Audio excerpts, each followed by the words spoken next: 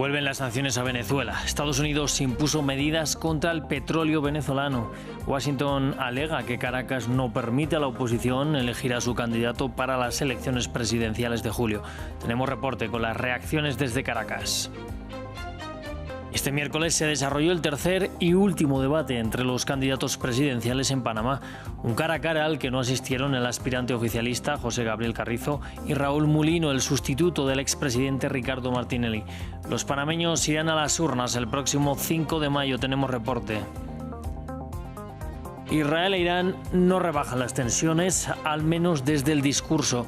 Pese a los llamados de cautela por parte de la comunidad internacional, Israel ha dicho que hará lo necesario, mientras Teherán asegura que responderá a un eventual ataque. Entre tanto, la Unión Europea informó que impondrá nuevas sanciones contra la República Islámica. Bienvenidos a un nuevo informativo de France 24. Yo soy Rodrigo Sedano y es un placer estar con ustedes. Comenzamos este informativo hablando de sanciones. Estados Unidos anunció que reimpone medidas contra el sector del petróleo y del gas de Venezuela al considerar que el gobierno de Nicolás Maduro no cumplió con el compromiso de organizar unas elecciones libres. Más concretamente, afirman que no permiten a la oposición presentar a su candidata María Corina Machado en las presidenciales del 28 de julio. Previamente, desde Caracas, nuestra corresponsal Daniela Zambrano nos explicó cuáles han sido las reacciones desde Venezuela.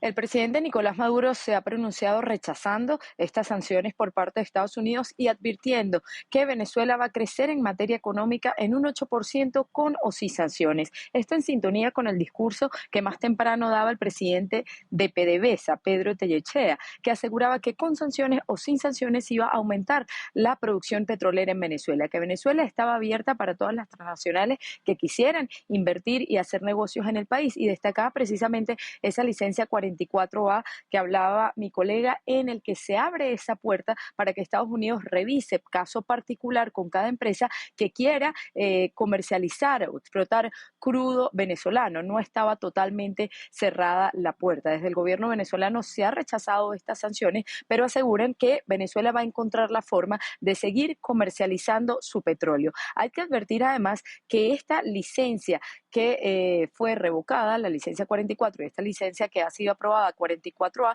no afectan de ninguna manera la comercialización y explotación de crudo venezolano por parte de las empresas estadounidenses, como Chevron, por ejemplo. Estas van a continuar operando en Venezuela. Seguimos en América Latina porque por segunda vez desde que volvió al poder, el presidente de Brasil, Luis Inácio Lula da Silva, visitó Colombia, en donde se reunió con su homólogo Gustavo Petro. Los mandatarios firmaron documentos de cooperación en diversas áreas, entre ellas la prevención del hambre, el desarrollo tecnológico y la prevención y persecución al delito de trata de personas. Ambos líderes hablaron de temas regionales y se refirieron a las próximas elecciones en Venezuela. Petro dijo que propuso un plebiscito al presidente Nicolás Maduro en el que se garantice un pacto democrático.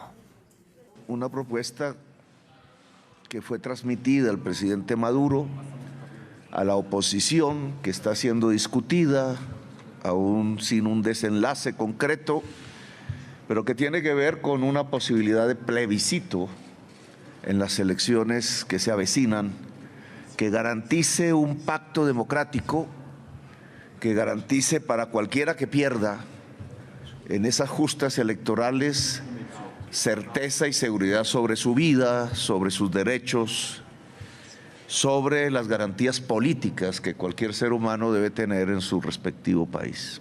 Y este miércoles, 6 de los 8 candidatos a la presidencia de Panamá participaron en el tercer y último debate previo a las elecciones del próximo 5 de mayo. En el cara a cara, los aspirantes expusieron sus propuestas sobre empleo, agua y sostenibilidad, institucionalidad y desarrollo social. El encuentro estuvo marcado por la ausencia de Raúl Mulino, sustituto del expresidente Ricardo Martinelli, inhabilitado, ya saben, tras una condena por blanqueo de capitales, y del candidato oficialista José Gabriel Carrizo. Los detalles del último debate en Panamá con nuestro corresponsal Óscar Zulbarán.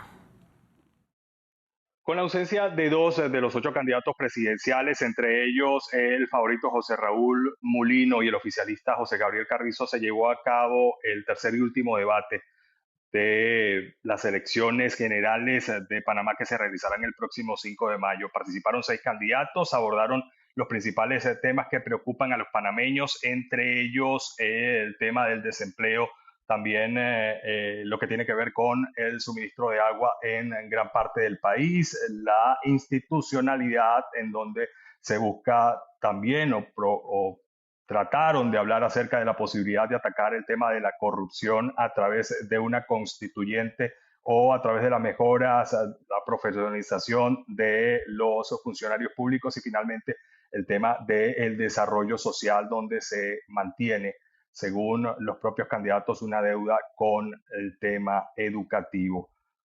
Falta poco menos o prácticamente 2 semanas para que se lleven a cabo las elecciones en Panamá y aún hay incertidumbre, pues el principal candidato, el que lidera las encuestas, depende todavía de un pronunciamiento de parte de la Corte Suprema de Justicia sobre un recurso de inconstitucionalidad de su candidatura, lo que ha generado la posibilidad de que pudiera, incluso a pocos días de las elecciones, quedar fuera de carrera. José Raúl Mulino encabeza las encuestas, seguido de un segundo grupo de candidatos, entre los que se encuentra Martín Torrijos, Rómulo Rux y Ricardo Lombana. Y el presidente de México, Andrés Manuel López Obrador, celebró este miércoles el apoyo unánime a su país tras el asalto de su embajada en Quito y agradeció que países se sumaran a su denuncia contra Ecuador en la Corte Internacional de Justicia. Patricio Peralta nos lo cuenta. Según el presidente mexicano, hay un respaldo unánime a su país en la región. Andrés Manuel López Obrador afirmó este miércoles que todos los países de la Comunidad de Estados Latinoamericanos y Caribeños, CELAC, que realizaron una cumbre el martes, respaldan a su país por el asalto a la embajada en Quito. Todos ayudando, apoyando a México, respaldando a México. El gobernante mexicano hizo esta evaluación tras la reunión de los mandatarios de la región, convocada el martes por la presidenta de Honduras, Xiomara Castro, en la que México pidió que se sumaran a su denuncia contra Ecuador en la Corte Internacional de Justicia. Tras el encuentro, Venezuela y Honduras ordenaron el cierre de sus sedes diplomáticas en Ecuador y el retorno de sus funcionarios. Procedemos a llamar a Tegucigalpa consultas a nuestra encargada de negocios en el Ecuador. Asimismo, realizaremos las gestiones necesarias para respaldar las acciones de México ante la ONU y la Corte Internacional de Justicia. Presidente Andrés Manuel. Ambas naciones, junto con Bolivia, se sumaron a la denuncia de México ante organismos internacionales, que busca la suspensión de Ecuador de la ONU hasta que pida disculpas y admita la violación a su soberanía. López Obrador también fue consultado por la ausencia en la cumbre del presidente de Ecuador, Daniel Noboa, pero evadió responder ya que no había declaraciones oficiales. El presidente ecuatoriano se ha negado a pedir disculpas e incluso dijo que invitaría a comer un ceviche o unos tacos a López Obrador, quien respondió que el conflicto no es una frivolidad. Y en Estados Unidos, los republicanos de Arizona bloquearon otra vez un intento de los demócratas para tumbar una ley del siglo XIX que prohíbe casi todos los abortos. La votación en la Cámara de Representantes del Estado se quedó estancada con 30 votos a favor y 30 en contra, con lo que la ley de 1864 sigue en pie. Esta condena hasta con 5 años de prisión a cualquier persona que ayude a practicar un aborto, y la norma aplica por encima de la que se aprobó en 2022 en el Estado para prohibir la interrupción del embarazo después de la semana número 15. Los demócratas dicen que seguirán intentando tumbarla. Ante la más mínima invasión por parte de Israel, Irán responderá con un ataque masivo y agresivo. Esto fue lo que dijo hoy el presidente iraní Ebrahim Raisi cuando estaba en el desfile militar que hace el país cada año. Por su parte, el primer ministro israelí Benjamin Netanyahu reitera que hará todo por defenderse después de los más de 300 drones y misiles que Irán lanzó contra Israel. Samuel Salgado nos lo cuenta. A pesar de los llamados a la calma de las potencias occidentales, para el primer ministro israelí Benjamin Netanyahu la decisión ya está tomada. Vengo ahora de reuniones con los ministros de Asuntos Exteriores de Reino Unido y Alemania. También tienen todo tipo de sugerencias y consejos, lo agradezco, pero quiero dejarlo claro, tomaremos nuestras propias decisiones y el Estado de Israel hará todo lo necesario para defenderse. Una premisa que aumenta las tensiones entre estas dos potencias armamentísticas de Medio Oriente. El presidente iraní Ebrahim Raisi aseguró que si Israel vuelve a atacar su territorio, Teherán responderá de forma aún más contundente. Si el régimen sionista hace el más mínimo movimiento para violar nuestro territorio y dañar los intereses nacionales de la República Islámica, deben entender que enfrentarán una respuesta severa y dura. En terreno, la crisis humanitaria en la Franja de Gaza continúa luego de 6 meses de ataques israelíes. La sureña ciudad de Rafah, refugio para más de 1,5 millones de palestinos, fue bombardeada por el ejército israelí. Según la agencia de noticias palestina Wafa, murieron civiles. Por su parte, Israel aseguró que hoy entraron a Gaza 8 camiones cargados de harina del Programa Mundial de Alimentos provenientes desde el puerto israelí de Ashdod. Una ayuda aún insuficiente. Señora von der Leyen, este es un arresto ciudadano. Se le acusa de ayudar al genocidio en Gaza. En Bruselas, la presidenta de la Comisión Europea, Ursula von der Leyen, fue interrumpida por un manifestante que le criticó el apoyo de la Unión Europea a Israel en la guerra. Este miércoles, la Unión Europea y los líderes del G7 se reunieron para discutir nuevas sanciones a Irán. A propósito de esta tensión, la Unión Europea impondrá más sanciones contra Irán en retaliación por su ataque a Israel. Así lo señalaron en un comunicado conjunto los líderes del bloque y se espera que el G7 haga lo mismo. Los líderes de los 7 países más poderosos están reunidos en la isla italiana de Capri. Podrían emitir nuevas sanciones contra el gobierno persa y respaldar a los israelíes. Nuestra corresponsal en Italia, Natalia Mendoza, nos cuenta los detalles. En la isla italiana de Capri se dio inicio este miércoles a la reunión de los ministros de Exteriores del G7, el grupo de las democracias más ricas del planeta. Un encuentro al cual participan los jefes de la diplomacia de Alemania, Canadá, Francia, Japón, Italia, Reino Unido y Estados Unidos. También algunos invitados especiales, altos representantes de la UE y de la OTAN. En la agenda de este encuentro, las grandes crisis que sacuden el planeta, en particular la fuerte tensión entre Israel e Irán.